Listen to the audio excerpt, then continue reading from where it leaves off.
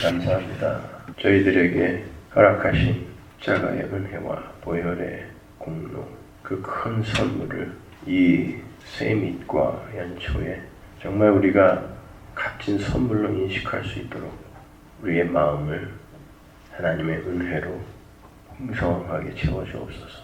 하나님, 눈에 보이는 그 수많은 선물들이 진짜 선물이 아니라 우리 눈에 정말 험하게 보이고 우리의 인생에 험하게 감지가 되는, 그러나 그것으로 말미암아 우리에게 구원과 영생이 주어지게 되는 그 십자가야말로, 그리고 그 십자가의 삶이야말로 우리에게 큰 선물이라는 거 꼭 기억하게 하시고, 정말 세상 사람들은 견디기 힘든 이러한 삶 속에서도 그 선물로 말미암아 기뻐하며 우리 하나님을 찬송할 수 있는 자들이 다 되게 하여 주옵소서. 예수님의 이름으로 기도합니다. 네. 예레미야 17장, 예레미야 17장 1절. 유다의 죄는 금강석 끝 철필로 기록되되 그들의 마음판과 그들의 제단 뿔에 새겨졌거늘 그들의 자녀가 높은 언덕 위 푸른 나무 곁에 있는 그 제단들과 아세라들을 생각하도다. 들에 있는 나의 산하, 내 온 영토의 죄로 말미암아 내가 네 재산과 네 모든 보물과 산당들로 누락을 당하게 하리니 내가 네게 준 기업에서 네 손을 뗄 것이며 또 내가 너로 하여금 너희 알지 못하는 땅에서 네 원수를 섬기게 하리니 이는 너희가 내 노를 맹렬하게 하여 영원히 타는 불을 일으켰음이니라. 9절 보세요. 9절. 만물보다 거짓되고 심히 부패한 것은 마음이라 누가 능히 이를 알리오마는 나 여호와는 심장을 살피며 폐부를 시험하고 각각 그의 행위와 그의 행실대로 보응하나니 우리로 치부하는 자는 자고새가 낳지 아니한 알을 품은 같아서 그의 중년에 그것이 떠나겠고 마침내 어리석은 자가 되리라. 14절. 여호와여, 주는 나의 찬송이시오니 나를 고치소서. 그리하시면 내가 낫겠나이다. 나를 구원하소서. 그리하시면 내가 구원 얻으리이다. 네. 제가 오늘 오후에 노회에 가고 내일 또 아침에 가기 때문에 내일은 우리 저희 참 유해수 집사님도 휴가를 가셔갖고 문을 열어놓을 사람이 없는데 이번 주에는 오늘 하고 그냥 쉬세요.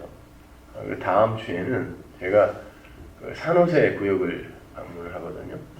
산호세 구역 이 거의 한 30명이 지금 아이까지 이렇게 모이는데 제가 가서 구역 예배도 인도하고 또 성역 공부도 하고 이렇게 하기로 했어요. 교회에서 휴가를 글로 5일간 글로 보내갖고 왼수들이 말이죠. 휴가를 보내면 사람이 없는 데로 이렇게 보내서 쉬고 오게 해야지. 그게 휴가입니까? 그래서 이번 주, 다음 주, 첫째 주는 아마 새벽 기도가 없을 것 같아요. 그러니까 집에서 푹 주무시고 맛있는 거 많이 드시고 체력을 또 1년 동안 새벽 기도 하시려면 체력을 잘 이렇게 보강해 놓으세요. 오늘 이 본문을 보시면은 예레미야 27장은 17장뿐만이 아니라 이스라엘의 인간의 죄에 대해서 낱낱이 폭로하고 드러내고 파헤치는 그런 부분이죠. 보면은 유다의 죄, 유다는 곧 기능적 이스라엘이니까 우리 교회를 상징하는 거예요. 나라고 생각하시면 돼요. 나. 그러니까 구약 성경을 읽으면서 선지서 이런 데에 이제 나오는 이스라엘, 패역한 그 이스라엘의 행사 이런 걸 보면은 이 나쁜 놈들이라고 생각하시면 안 되고 나라고 생각하시면 돼요. 그게 나. 과거의 나도 아니고 지금의 나란 말입니다. 지금의 나. 구원받았다고 너스레를 떨면서 여전히 죄 속에서 나만을 위해서 살고 있는 나라고 생각하시면 돼요. 그 나의 죄가 금강석 끝 철필. 금강석이 뭐예요? 다이아몬드. 이 세상에서 가장 단단한 철필이에요. 그걸로 심장에 죄가 새겨져 있어요. 마음에. 그러니까 그건 누구도 못 지우는 거예요. 이 세상에서 가장 단단한 금강석 끝철필로 죄가 기록되어 있기 때문에 새겨져 있어요. 우리 안에 아예. 그렇기 때문에 그건 누구도 없앨 수가 없고 거기서 벗어날 수 있는 인간은 하나도 없습니다. 그런데 그래서 이제 하나님이 나는 반드시 너희들의 그 행사에 보응하고야 말 거야. 벌 주겠다는 뜻이죠. 그것을 이제 9절에서 뭐라고 그러냐면 만물보다 심히 거짓되고 부패한 것이 바로 그 금강석 끝 철필로 죄가 기록되어 있는 인간들의 마음이다. 그래서 그냥 마음 그러면은 이 마음이 내 한 구석 어디 이렇게 따로 이렇게 존재하나 이렇게 생각하시지 말고 그냥 나의 전 존재라고 생각하시면 돼요. 성경에서 나오는 마음 이 단어가 심장이라는 뜻이거든요. heart. 근데 이 heart는 이 히브리 사람들에게 있어서 그냥 인간의 전 존재를 상징하는 거였어요. 인간의 전 존재를 더욱더 강조할 때 쓰는 단어가 heart, 마음, 뭐 양심이라고 해도 좋고 그냥 나예요, 나. 근데 그것이 가장 이 세상에서 가장 더러운 거라는 거예요. 배설물보다 더 더럽고 길거리에 정말 털이 숭숭 빠져서 돌아다니는 브랑자 개보다도 더 더러운 그런 존재가 나라는 거야. 나. 근데 그 하나님께서 뭐라고 하냐면 나 여호와는 심장을 살피며 피부를 시험하고 각각 그의 행위와 그의 행실대로 보응하나니 그러죠. 이게 무슨 말일까요, 여러분? 유다에게 하나님의 선택한 백성들에게 지금 하시는 말씀인데 이들의 마음은 정말 더럽고 더러운 거야. 그런데 그 밑에 뭐라고 나오냐면 누가 능히 이를 알리오마는 이라고 그러죠. 인간이 그렇게 더러운 존재인데 그걸 알아먹는 존재가 없다는 거예요. 왜? 선악과 따먹고 다 신이 돼버렸거든요. 하나님처럼 되었어요. 그러니까 누가 능히 알리오마는 나는 안다라는 거예요. 나 하나님은 안다는 것이죠. 아무리 니네들이 연극을 하고 쇼를 해봐도 나는 안다는 거예요. 제가 요즘 뭐 설교 시간에 계속해서 이 하나님의 마음을 갖고 여러분의 실체를 이렇게 폭로시키고 있는 그런 중인데, 그러니까 예전에는 그냥 나 자신에게 속아서 나는 참 괜찮은 사람이구나, 이렇게 훌륭한 일을 다 하고 있네, 이렇게 생각하고 있던 분들에게 진짜 그것까지도 정말 선한 마음에서 나온 것이냐 한번 다시 확인해봐라 라고 제가 이제 자꾸 챌린지를 하는 거죠. 그때 정말 인정하고 싶지 않은데 그런 것들이 나의 가치와 영광을 챙기기 위한 그런 데에서 나온 것이라는 것이 이렇게 자기에게 감지가 되면 사람들은 많이 아픕니다. 고통스럽고 괴로워요. 그런데 가장 먼저 그 고통을 겪는 사람이 바로 접니다. 설교를 준비하고 이걸 이제 메시지로 던지겠다라고 할 때에 하나님께서 설교자에게 가장 먼저 확인시키는 게 이제 그 설교의 내용이잖아요. 그러니까 그러면 그동안 네가 한 건 뭐니? 그리고 지금 하고 있는 것은 뭐냐라고 하나님이 저에게 물으신다고요. 설교를 구상할 때, 그걸 갖고 성경을 또 읽을 때, 또 설교 원고를 작성해 갈 때, 그러니까 글자 하나하나를 타이핑하면서 제 가슴에 정말 금강석 끝 철필이 와가지고 후벼 파는 것 같은 아픔이 있죠. 심지어는 원고가 거의 다 완성이 돼가는데도 마지막에 내가 이런 설교를 할 자격이 있는가라고 하나님 확 밀어내실 때가 있죠. 그게 고통이에요. 다른 거 없어요. 다른 건 무슨 고통이 있습니까? 그러니까 자기가 부인되어지고 부정되어질 때, 그리고 자기가 한 언행 이런 것이 아주 가치 없고 더러운 것으로 이제 본인에게 들켜질 때 사람은 가장 아픕니다. 그러면 그 즉시 방어 기제가 작동을 해갖고 아닐 거야, 아니야, 다른 사람은 그렇지 몰라도 나는 아니야 라고 계속 스스로를 변호하게 되거든요. 근데 거기에 말씀이 계속 떨어지지 않으면 그 방어 기제가 얼마나 교활한지, 곧 자기는 다른 사람과 다르다. 그리고 이거는 내 거는 진짜야 라고 가게 되죠. 그래서 그냥 매주 그냥 방어 기제로 감싸려고 또 찍고 또 찍고 그러는 거죠. 그래서 낱낱이 드러내는 거예요. 그래갖고 도대체 뭘 하려고 그렇게 폭로시키는가. 14절 보시면 여호와여 주는 나의 찬송이시오 나를 고치소서 그리하시면 내가 낚았나이다. 나를 구원하소서 그리하시면 내가 구원을 얻으리이다. 이 고백하라고. 하나님 내 마음은 내가 고칠 수 있는 게 아니군요. 하나님 고쳐주세요. 그래서 그 마음, 이 더러운 마음 고치게 하려고 하나님이 예수님 이 땅에 보내신 거군요. 이거 확실히 깨닫게 하려고 하는 거예요. 그러니까 여러분 신앙생활하면서 1차적으로 내가 얼마나 더럽고 추악한 존재인지를 반드시 아주 깊이 확실하게 알아야 돼. 근데 점점 내가 더 나쁜 자로 드러나야 돼요. 인간들은요, 나면서부터 자기만을 위해서 살고 자기의 이 위상을 높이기 위해서 살기 때문에 자기가 어떤 존재인지를 외부에게도 들키지 않으려고 하고, 그래서 사람들이 그런 어떤 추악한 비리들이 폭로가 되면 자살하고 그러는 거죠. 은행장들, 고위공직자들 이런 사람들 자살하는 거 보면 대부분 이제 어떤 내사가 들어가거나 이러면은 죽어버리죠. 그럼 죽을 일도 아닌데 우리가 생각하기에 그냥 들어가서 몇 년 살다 나오면 될 것 같은데 인간들은 그렇지 않아요. 그냥 몇 년 들어가서 사는 게 문제가 아니라 신이 되어버린 나의 존재 가치가 다른 사람들에게 이렇게 평가절하가 아니라 제대로 평가되는 건데 그렇게 평가되는 걸 견디지 못하는 게 인간입니다. 그러니까 죽음으로라도 자기의 이 모멸감이나 이런 거를 맛보지 않으려고 하는 것이죠.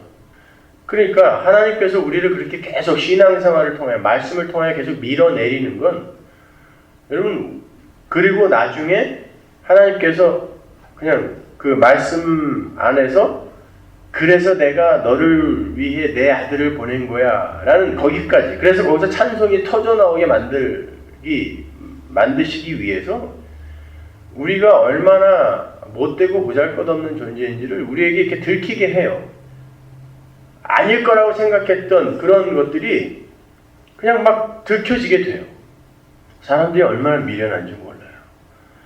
예전에 한 20년 전인가 Deceived라는 그런 골디혼이 나오는 영화가 있었는데 흥행에 성공도 못했고 별로 재미도 없다고 그랬는데 전 되게 재밌었어요. 사람들이 제가 소개해주는 영화는 그거만 빼고 본대 이제 재미가 없어서 영화를 볼 줄은 몰라요. Deceived라는 그 영화가 뭐냐면은 골디혼이라는 여자가 어떤 남자랑 결혼을 해서 너무너무 사랑하는 그런 이제 남편을 만나갖고 행복한 가정을 꾸렸어요. 그렇게 너무 행복하게 사는데 이 세상에서 나를 제일 사랑해주는 남자인 거예요. 근데 어느 날 남편이 교통사고로 죽었어요. 그래갖고 이게 세상이 다 무너지는 거죠. 그래서 그냥 울고불고 난리를 치는데 경찰이 와갖고 그 사람의 이제 신상에 대해서 쭉 얘기를 해주는데 이 사람은 벌써 오래전에 죽은 사람이에요. 그러니까 그런 사람이 없는 사람인데 누군가가 그 사람의 신분을 위장을 해서 자기와 결혼을 한 거예요. 근데 더 재밌는 건 이 사람이 죽지를 않았어요. 죽지 않고 살아있는데 살아서 뭘 하냐면 이 여자를 죽이려고 계략을 꾸미고 있는 거예요. 숨어서. 그러니까 보세요. 자기가 몇 년간 나를 이 세상에서 제일 사랑해주는 남자라고, 내 남편이라고, 내 아이의 아버지라고 믿고 살았던 그 사람이 사실은 실제하는 인물도 아니었고 자기를 죽이기 위해 그런 사랑을 베풀어준 게 가짜였어요. 연극이었는데요. 그게 좋아갖고 헬렐레 하고 녹아가지고 말이죠. 근데 나중에 그게 이 사람이 나를 사랑한 게 아니라 나를 죽이려고 이렇게 사랑하는 척 했던 거구나 라는 것이 나에게 이제 감지가 됐을 때 그 사람이 어떻겠어요? 저 사람이 나를 죽이려고 하는구나 라는 이 공포보다는 그동안 내가 붙들고 있었던 이 남자가 나를 사랑해주지 않았다라는 것, 진짜로 사랑하지 않았다라는 것 때문에 더 죽고 싶은 거예요. 인간이 그렇다니까요. 차라리 날 죽이지. 나는 누군가에게 이렇게 사랑받을 만한 그 가치가 있는 존재라고 철떡같이 여기면서 그렇게 나에 대한 이 가치를 챙기며 살았는데 사실은 날 사랑한 게 아니라 나를 죽도록 미워하는 어떤 놈이 나를 죽이려고 그렇게 사랑하는 척 하면서 내 곁에 붙어 있었던 거예요. 그때 어떻겠어요? 죽고 싶은 거죠. 여러분, 이 세상, 마귀가 우리에게 그렇게 접근합니다. 여러분, 이 세상에서 굉장히 이거 달콤한 쾌락과 행복과 평안 같은 것을 얻고 있고 또 앞으로 얻을 거라는 기대 때문에 지금 세상을 열심히 사시는 거 아닙니까? 돈, 명예, 가족, 자식 새끼들, 친척, 형제, 하여튼 그런 것들이 나를 행복하게 해줄 거라고 지금 철떡같이 믿고 있죠. 그래서 아주 그냥 열심히 그런 것들을 끌어모으기도 하고 또 그러한 관계에 놓여있는 사람들에게 잘해주기도 하고 나중에 챙겨야 되니까 그러기도 하는데 여러분 사실은요 그런 것들을 마귀가 우리에게 이렇게 계속 풍성하게 해주고 거기에서 이렇게 편안함과 안전함을 느끼게 해주는 거요. 여러분이 하나님이 필요 없는 자로 마귀가 자꾸 이렇게 살살 몰고 가는 거예요. 그런 것으로부터 여러분이 편안함과 안전함을 얻잖아요. 그러면 여러분은 하나님을 안 찾게 돼요. 이게 인간의 아주 공통적이고 보편적인 속성이에요. 인간은 하나님을 찾을 수 있는 존재가 아니란 말이에요. 그래서 편안하게 그렇게 그냥 살다가 개구리가 이제 주전자 안에서 따끈따끈하게 그냥 물을 데워주면은 헤엄을 살살살 치다가 결국 그 삶아 죽죠. 삼겨지는데 물이 이렇게 막 뜨거워지잖아요. 그럼 개구리가 그 안에서 막 지하를 발광할 것 같죠. 안 그래요? 한번 삶아보세요. 저 삶아봤거든요. 그냥 눈 말똥말똥 뜨고 물이 펄펄 끓는데 따끈따끈 이렇게 있다가 그냥 푹 죽어요. 물을 살살살살 그렇게 올려놓으면 몰라요. 이 미련한 거예요. 우리 인간들이 마찬가지예요. 그렇게 마귀가 살살살살살살 온도를 이렇게 올려놓는데 올려봤는데 결국 그게 이제 지옥불로 확 변할 건데 그걸 모르는 거예요. 이 인간들이. 이렇게 따끈따끈하게 해주면 좋아가지고 말이죠. 결국 홍콩 집회 갔을 때 거기에 있는 이제 원로 장로님들이 나이가 뭐 그렇게 꽤 많지도 않아요. 한 70 내외 되신 분들인데 자식들이 이제 홍콩에서 자란 아이들은 그 대부분 이제 금융권이나 아니면 뭐 이런 데로 진출을 해가지고 여러분 그렇게 그러니까 내가 하나님 말고 어떤 안전한 보험을 하나 붙들고 있다라고 생각하는 그런 인간의 마음이 주전자 속에 들어있는 개구리의 모습입니다. 그 사람은 그걸로 인해 죽습니다. 차라리 여러분 자식 새끼들이 그냥 부모 그냥 한 달에 한 번 찾아올까 말까. 그리고 그냥 뭐 걸핏하면 전화해갖고 너무 반가워서 가끔 전화 왔는데 꼭 전화 오면 돈 달라고 그러는 그런 새끼들 있잖아요. 차라리 그게 나은 거예요. 그렇게 해서 자꾸 이 관계가 내가 의지하고 내가 섬길 건 하나님밖에 없구나. 이렇게 돼야지 여러분이 이 세상에서 그 어떤 것도 여러분이 붙들 수 있는 게 되면 안 돼요. 그러니까 하나님이 그렇게 하나님만 붙들으라고 우리에게 뭘 허락하신다는 거예요? 너희들의 심장과 폐부를 시험하여 하나님이 니들의 실체가 이거야 라고 가르쳐 주신다는 거예요. 그러니까 그걸 하나님이 우리에게 확 폭로시켜 드러낼 때 우리는 나의 찬송이신 하나님이여 나의 죄를 씻으소서 나를 구원하소서 라고 고백을 하게 된다는 뜻입니다. 그러니까 그거 고백하고 가는 사람이 성도예요. 그러니까 다른 거에 기대 걸지 마세요. 뭐 자식을 위해서 살아요? 왜 자식을 위해서 살아요? 유일하게 지금 내 거라고 생각할 수 있는 게 그거니까 그런 거죠. 왜냐면 지금은 적어도 내 말 들어주잖아요. 그러니까 내 거. 내가 조종하는 대로 움직여주는 그런 존재. 그죠? 그리고 내가 쏟아부은 만큼 차곡차곡 나의 그 행위가 그의 삶 속에서 쌓여가는 게 보이잖아요. 그래서 나중에 엄마가, 아빠가 너를 위해서 어떻게 살았는데 이러는 거예요. 왜? 그의 삶을 보면은 내가 쏟아부은 나의 공력이 거기 쌓여있거든요. 다. 그게 악입니다. 우리는 객관적으로 자꾸 관계를 정리해 나가야 돼요. 그런 면에서 가정이 너무 화목해도 안 돼요. 그럼 어디 가서 이런 말을 하겠습니까? 너무 화목해잖아요? 그러면 여기가 좋사오니 이렇게 해야 돼요. 이렇게 해야 돼요. 그러니까 여기가 좋사오니 그게 뭐 여러분의 뭐 재산이건 뭐 물질이건 뭐 가정이건 뭐 생업의 현장이건 절대로 그런 것이 여러분에게 주어지는 게 복이 아니라는 것을 꼭 아셔야 돼요. 하나님을 아는 이들은 점점 그런 것들에서 마음을 놓게 되고 그리고 그 하나님 나라의 백성으로서 객관적으로 진짜 사랑을 쏟아부을 수 있게 되죠. 그래서 내가 관계를 맺고 있는 이들이 진짜 하나님을 잘 만날 수 있도록 설사 내가 손해를 보더라도 나와의 관계가 좀 서먹해지고 심지어 하나님이 나로부터 그를 끊어내어 다른 곳으로 보낸다 할지라도 내가 감수하겠다라는 그런 자세가 되는 거죠. 그럼 우리 그 청년부 아이 그 아버지가 감옥에 갔다 그랬잖아요. 감옥에 갔는데 그게 그 엄마가 기도했던 거거든요. 뭐라고 기도했었냐면 제 설교를 매주 듣는데요.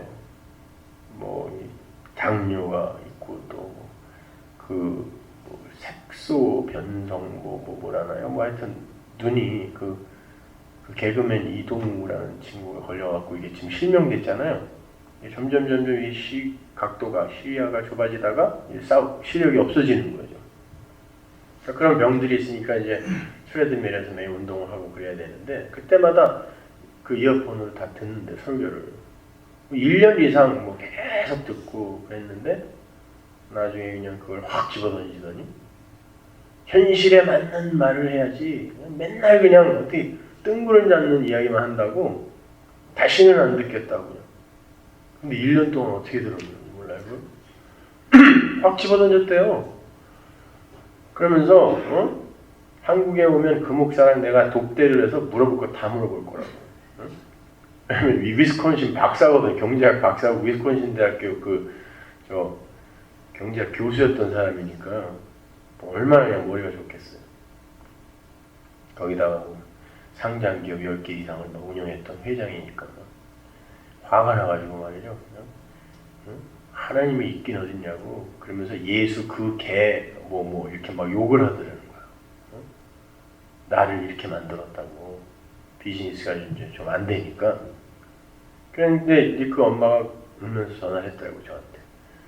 아 이제 좀 돌아오나 했더니 다시 집어던지고서 저렇게 포악하게 그냥 예수님 이름을 들먹으면서 욕을 하고 그런다고 차라리 어디 그냥 하나님이 더 쫄딱 망하게 해버려갖고 예수를 좀 알게 했으면 좋겠다고 그렇게 저한테 몇 번이나 그러시더라고요.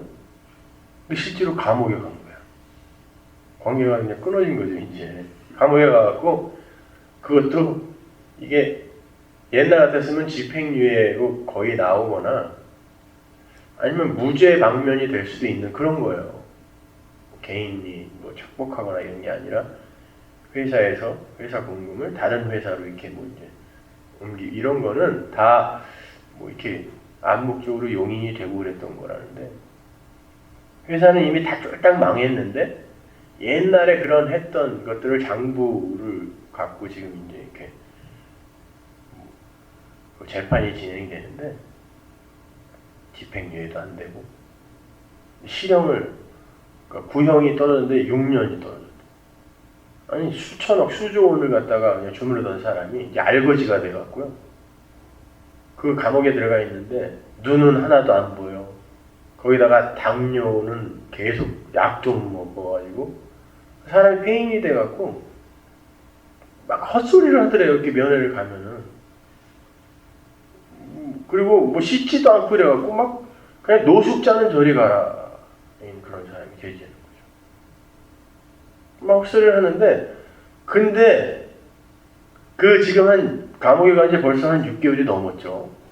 한 8개월 가까이 돼가는 것 같은데 그 춥고 불도 안 켜져가지고 햇빛이 잠깐 이렇게 창문으로 들어올 그때에 잠깐 성경책을 읽는데 이제 그게 이해가 간다고 그러더래요. 그때 내가 1년 이상 들었던 그 설교의 내용이 무슨 말인지 이제 이해가 가는 것 같다고. 그리고 그 책을 좀 보내달라고. 근데 한국에서 이렇게 책을 사기가 힘들다 그래요. 그래서 김재희 집사님한테 보내주라고 하려고 하는데 그 영등포 구치소로 보낼 수 있어요? 여기 얼마나 걸려요? 오래 걸리죠? 3일?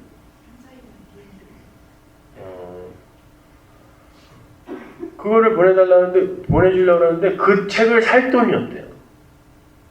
그 부자였던 사람들이. 한국에서. 난 도대체가 말이죠.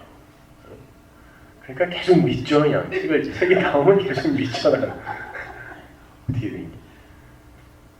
근데 너무너무 보고 싶다는 거예요. 자기가 들었던 그거를 거기서는 이제 못 들으니까 아무것도 가지고 들어갈 수도 없고 안경도 못 쓰게 한다네요.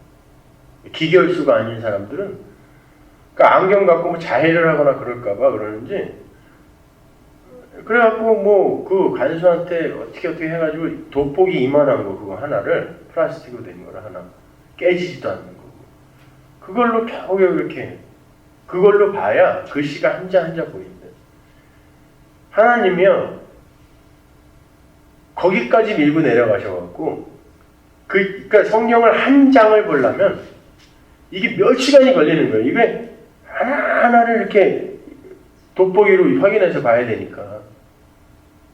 근데 그 상황이 되니까 성경이 보이더라고요. 그리고 자기가 얼마나 보잘것없는 존재였는지를 감옥에 가니까 아는 거예요. 왜냐면 한때는 천하를 호령하던 뭐 그룹 회장이었는데 감옥에 들어가니까 맨날 두들겨 패는 거예요. 어린 애들이. 좀 일찍 들어왔다고. 우리 여집사님 잘 아시겠지만 강력계 형사 출신이라. 잘 아시겠지만 거기 가면 서열이 있어요. 일찍 들어온 대로. 나이 들어도요. 그냥 들어가면은 맨 저기 뺑기통 옆에서 자야 돼요. 냄새 그거 다 맡으면서. 요즘은 뭐 좋아졌는지 모르겠지만. 아니 그러니까 이 사람이 거기 들어가서 자기가 도대체 어떤 존재인지를 거기서 아는 거예요. 이거 환경이 조금 바뀌니까 나는 그냥 거지구나 이거. 그리고 하나님이 이거는 그 사람이 부자가 망하면요 3년 먹을 게 있다 그러는데 3년 먹을 거는커녕 당장 내일 아침 끼니가 없어갖고 거기다가 이번에 집행유예가 혹시 나오게 되면 변호사비를 9천만 원을 더 줘야 된대요. 그래서 지금 집행유예로 못 나오게 기도하고 있는 거 돈이 없어서 거기까지 밀어내리니까 예수가 보이는 거예요. 여러분 그럼 어떤 게 복입니까? 인간적으로 봤을 때 그건 저주받은 거죠. 하나님에게. 모든 사람이 다 배신해. 증인으로 나온 놈들은 자기들을 살려고 전부 자기들이 모셨던 그 회장은 불리한 그 증언만 해. 사람들 다 떠나. 돈 없어. 거기다가 감옥에 들어가서 완전히 그 추운데 하필 올겨울처럼 그렇게 추운 겨울에 들어가갖고 죽도록 고생하는 거예요. 생전 그런 소리 안 하더니 추워 죽겠다고 그러더래요. 괜히 그 상황에서 예수를 만나서 그냥 영원히 그 상황으로 간다고 할지라도 예수 만나 천국 가는 게 복입니다.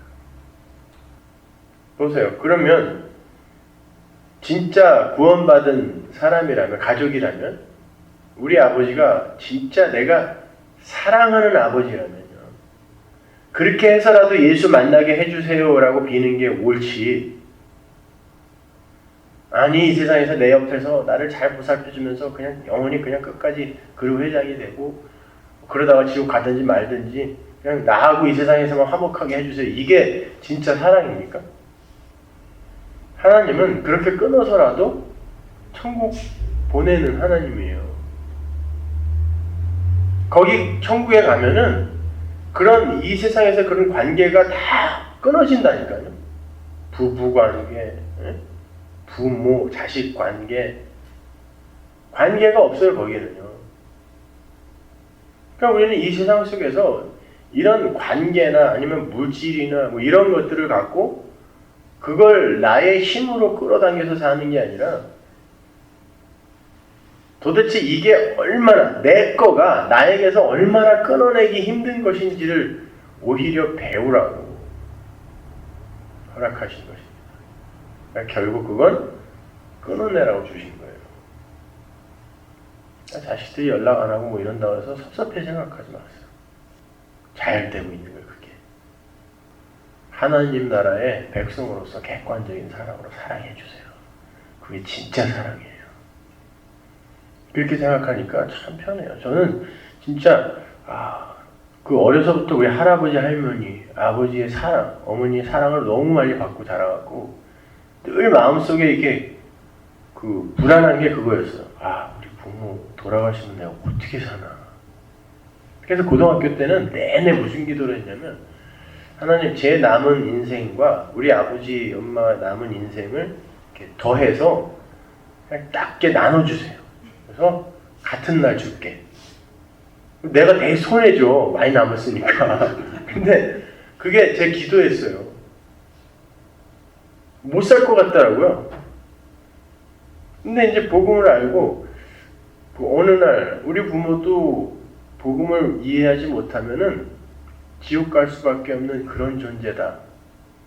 그리고 거기서는 나와 영원히 이제 관계가 끊어지는 그런 존재로 살 텐데, 정말 내가 우리 부모를 사랑하는 건 그렇게 내 곁에 이렇게 끌어당겨서 곁에 붙여주려고 하는 게 아니라 예수를 소개하여 그들이 천국에 가서 내가 누릴 수 있는 그런 풍요, 하나님 나라의 풍요를 누리게 하는 거구나.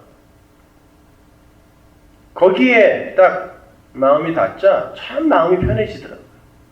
그리고 누구보다도 제 설교를 뭐 하루에 10번, 20번씩, 저희 아버님은 뭐 거의 그냥 아침에 일어나면 기상, 알람이 제 설교예요. 이게 4시쯤 일어나신다는데 갑자기 소리를 누가 그냥 저희 어머님 말로는 아니 노인네가 말이야 잠이 없으면 그냥 슬쩍 지가 일어나면 되지, 매일 그걸 알람으로 해놔갖고 소리를 누가 지르는데 보면 우리 아들이래요. 그걸로 시작해갖고 주무실 때까지도 그걸 들으면서 주무시는 거예요. 아들이 보고 싶으니까. 그러니까 그 보고 싶은 마음을 하나님이 이용을 해서, 저희 아버님은 그런 걸 들으시는 분이 아니에요. 그냥 앉아갖고 명심보감이나 뭐 노자, 장자 같은 거나 이렇게 읽으면서 술을 한 잔 드셔도 그냥 왼쪽으로 누우면서, 야, 내가 술 한 잔을 하고 뭐 왼쪽으로 누우니 우주가 왼쪽으로 함께 누는가, 뭐 이런 말을 하시던 분인데